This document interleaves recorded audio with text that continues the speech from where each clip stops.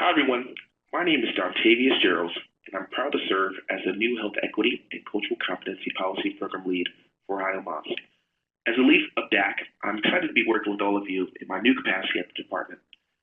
Ohio Moss Disparities and Cultural Competency Advisory Committee, or DACC, was established to provide expert, data-driven guidance and advocacy to identify best practices, data measures, research, and cross-system collaboration to reduce health disparities and promote health equity within Ohio's behavioral health system.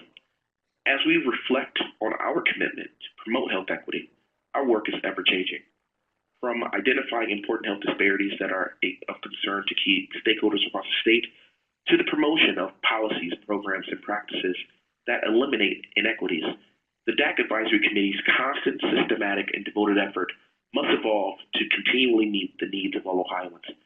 That is why starting next year, the DACC Advisory Committee will incorporate more work groups, more opportunities to review initiatives, and talk about strategies to move health equity forward across the state. I would like to now introduce my Ohio Moss colleague, Dawn Thomas, who's Ohio's PFS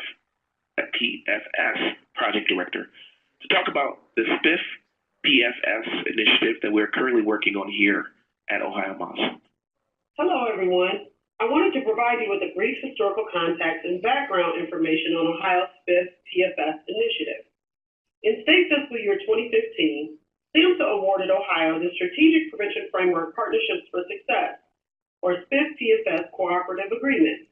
The goal of Ohio's SPIF PFS initiative is to help build an integrated public health infrastructure that more efficiently leverages prevention resources, supporting the alignment of prevention priorities for multiple systems at the community, state, and federal levels by implementing the SPIF within high-need counties.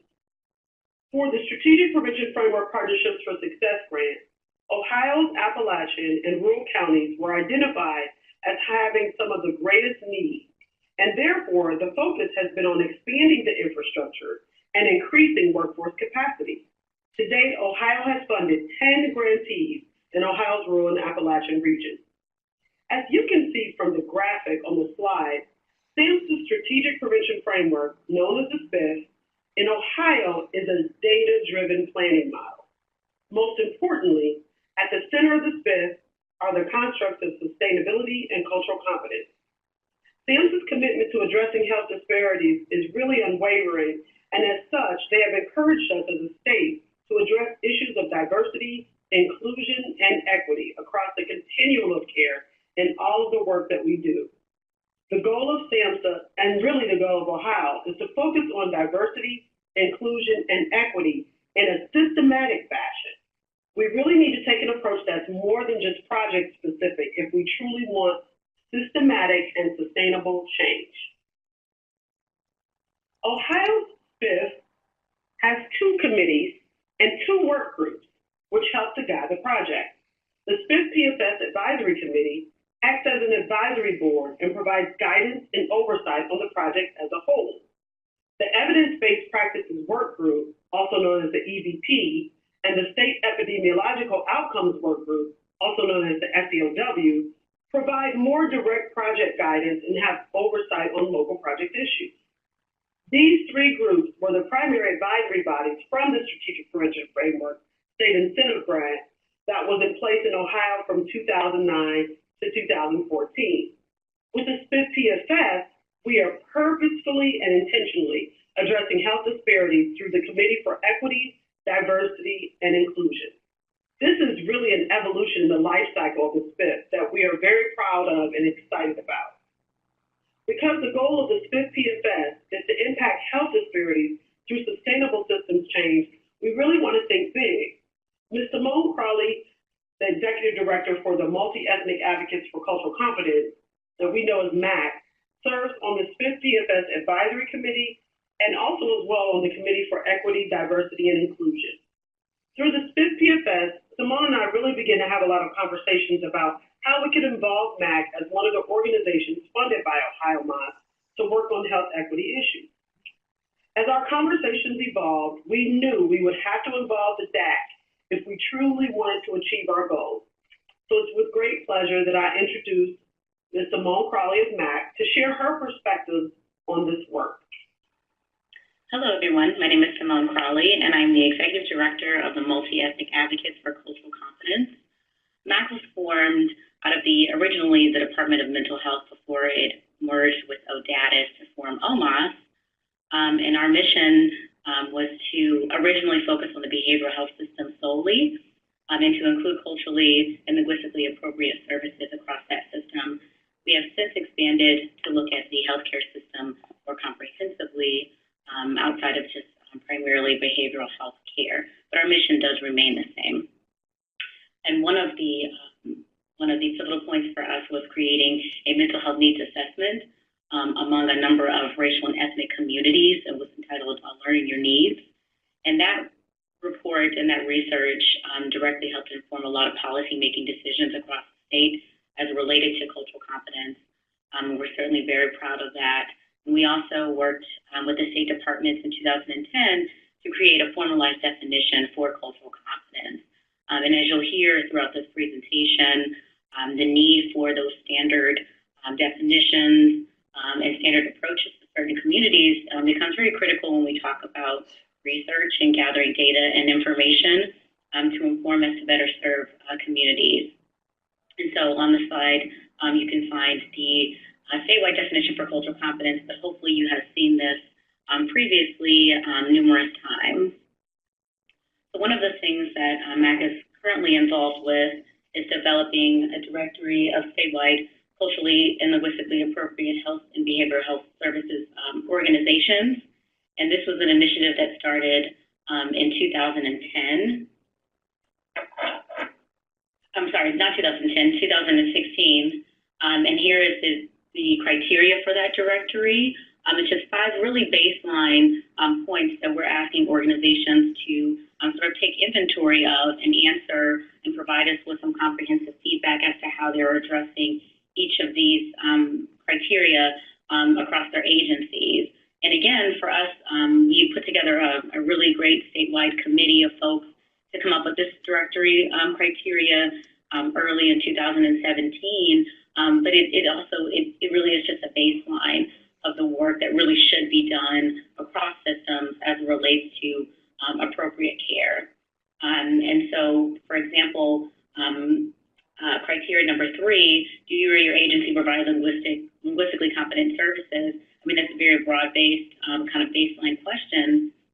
But one of the things that has come out of this project is after we sort of put forth this criteria to folks, one of the things that we didn't originally anticipate was the lack of response as it relates to, or the reason for some of the lack of response that we did receive across agencies, large and small, was really directly related to their inability to have clarity around this work, around cultural competence, and have a more comprehensive understanding as to how to implement these services and these policies in their organizations.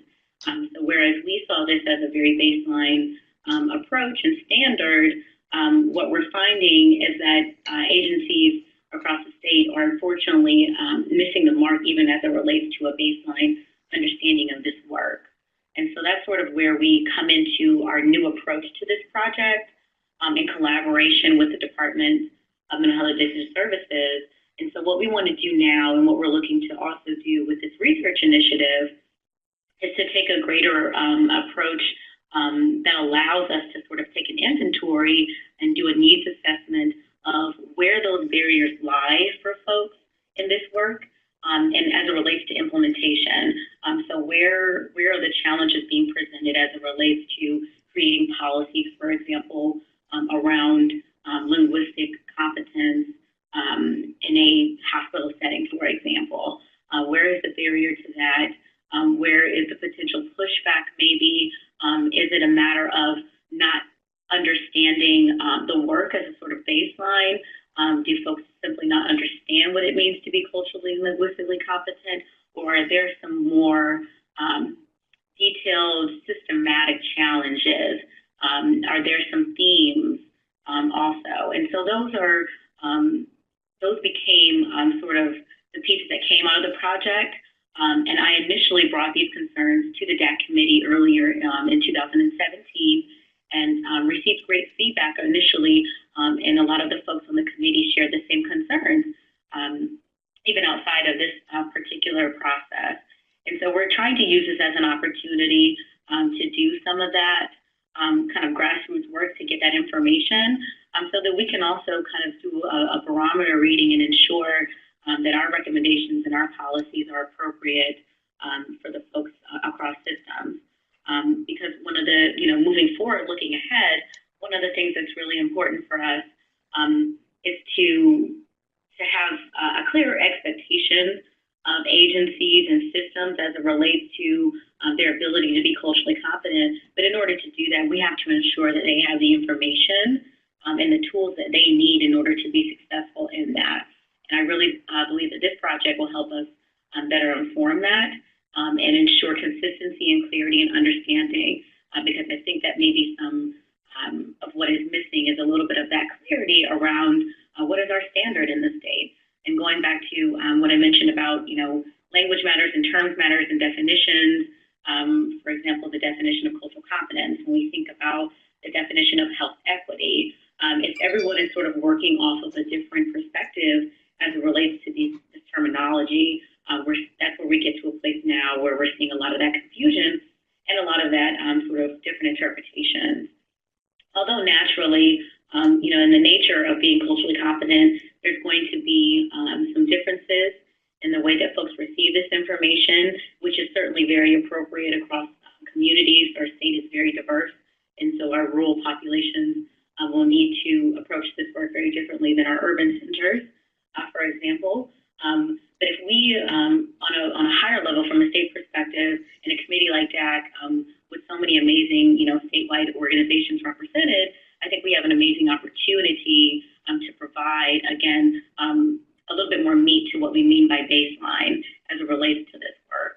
And so I'm really excited and looking forward to DACC participating on a higher level as it relates to this project, particularly because of the implications that it has for the work overall and better informing the work of the committee, the work of MAC, the work of our systems across the board. And so now I am going to turn it back over to my colleague, Don Thomas, who's going to speak a little bit more in depth about the research initiative. Through Ohio's Strategic Prevention Framework Partnerships for Success, or SPIF-PFS initiative, that's funded by SAMHSA, we have the opportunity to explore issues related to equity, diversity, and inclusion here in Ohio. As with all opportunities, we understand that our resources are limited, and especially for infrastructure development. This body of work truly represents a group of individuals committed to examining essential strategies for promoting and sustaining systemic equity, diversity, and inclusion across Ohio's behavioral health system. We believe that involving the DACC is really a critical step so that the findings from this assessment and evaluation work result in action steps that make a sustainable impact in how we deliver behavioral and mental health services in Ohio. At this time, I'd like to introduce our evaluation team for the SPIF-PFS.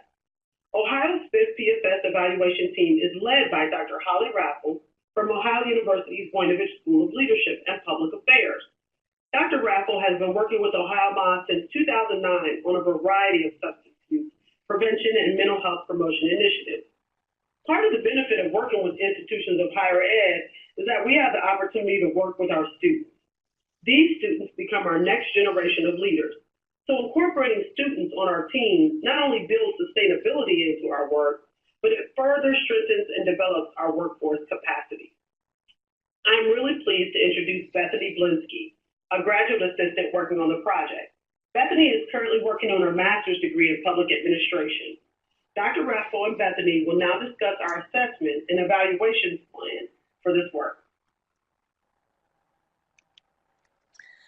Hello, I'm Holly Raffel. I am pleased to be with you today to discuss our inquiry-based study of systemic equity, diversity, and inclusion within Ohio's mental and behavioral health system. Our first step in this inquiry was to conduct a literature review. After reviewing the current research relevant to the development of cultural competence, several themes became clear. First, there is a body of research focused on developing cultural competence within a variety of specific vocations. For example, healthcare, teaching, etc. Second, there is a body of research focused on developing cultural competence at the individual level, the notion of what we are familiar calling cultural competency training. Finally, there is a small body of research focusing on examining cultural competence at the systems level. We focused our efforts on this particular body of research because systems level change seemed to be the most effective avenue for supporting entire agencies or organizations as they either begin or elevate their efforts related to equity, diversity, and inclusion. One piece of literature we found to be especially relevant is 7 Essential Strategies for Promoting and Sustaining Systemic Cultural Competence by Delphin Rittman and colleagues. In this article, the authors outline 7 ways agencies can systematically shape themselves in organization and mission to increase their capacity to be culturally competent. We have provided this article for your reference. Delphin Rittman and her colleagues work in the space of health disparities. They acknowledge that racial and ethnic disparities are disturbing facets of the American healthcare system that result from the reality of unequal treatment.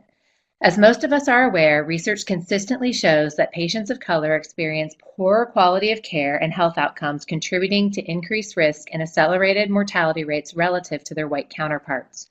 Because contemporary cultural competence research and practices largely focus on improving provider competencies, Delphin Rittman and her colleagues focused their attention on agency and system level approaches for meeting the service needs of diverse populations.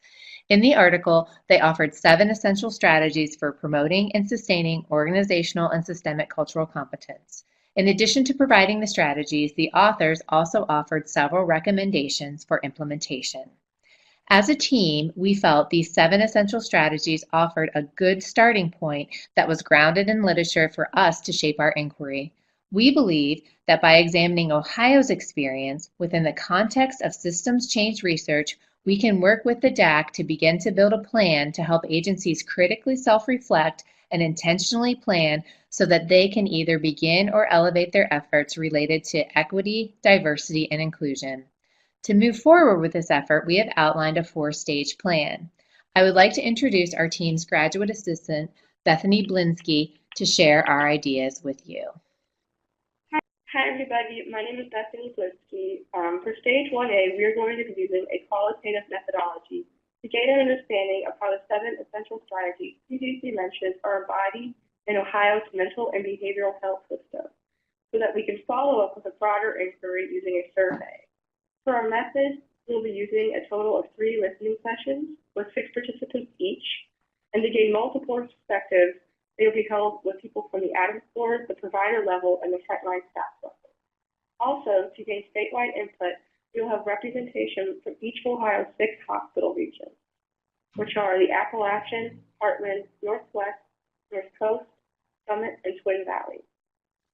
And to maximize our resources, we're going to utilize the video conference software Zoom to gain the broadest perspective possible.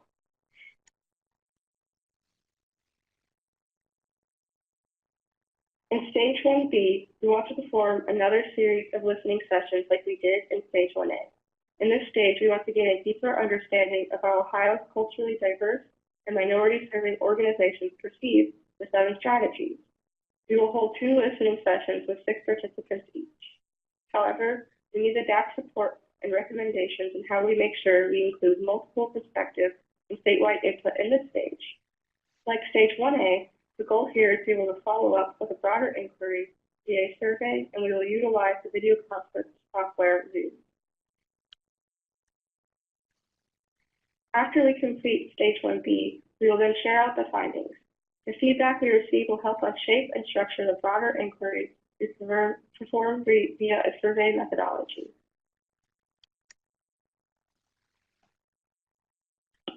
The survey will be sent out to individuals across the state of Ohio. Our goal of the survey is to further our knowledge and understanding of equity, diversity, and inclusion in Ohio's mental and behavioral health system. The responses that we receive from the survey will likely provide us with invaluable insight from a variety of perspectives.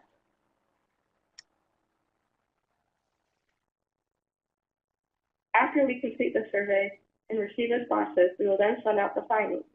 Collectively, we can assess the findings and create a statewide plan to systemically promote and sustain equity, diversity, and inclusion in Ohio's mental and behavioral health system. I'd now like to turn it over to Dontavius to explain the working definition. The working definition for culturally diverse and minority-serving organizations is as follows. Organizations with a history of providing direct services to or advocate on behalf of historically underserved communities in a disproportionately impacted by social determinants of health, including stigma, and who ultimately experience disparately poor health outcomes. Key principles of culturally diverse and minority-serving organizations include, but are not limited to, board of directors, management, and other key staff are included representatives of the minority populations they serve. There's a reference to or name specifically of communities in their mission and vision statements, and organization programs were developed to meet the culturally specific needs of those disproportionately impacted. Communities that may be included in this definition are LGBT Ohioans, African Americans, and Latina individuals living in Ohio, in addition to those living in Appalachian regions of Ohio, Asian Americans, and other communities. As far as next steps, we're asking all DACC Advisory Committee members to review the definition. In the SurveyMonkey link that will be provided, input your perspective, your thoughts, challenges to the definitions, or suggested changes. And at our next DACC committee meeting that is scheduled for January 12th, we'll walk through the definition and any recommended changes. With that, thank you for taking the time to watch this video, and we look forward to seeing you in January.